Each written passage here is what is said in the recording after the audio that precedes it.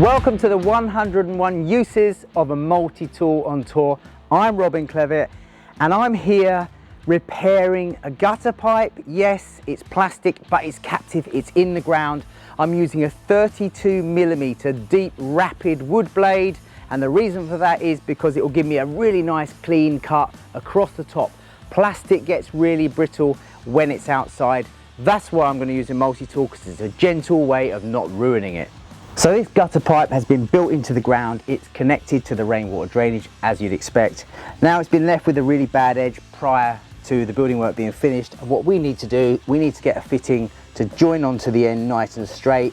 To do that, I'm going to be using the 32mm deep rapid wood blade and a block of wood. I'm going to hold that against the ground and I'm going to run the blade round to give us that exact clean edge, and there's no risk of damaging the pipe as if I was using an old handsaw.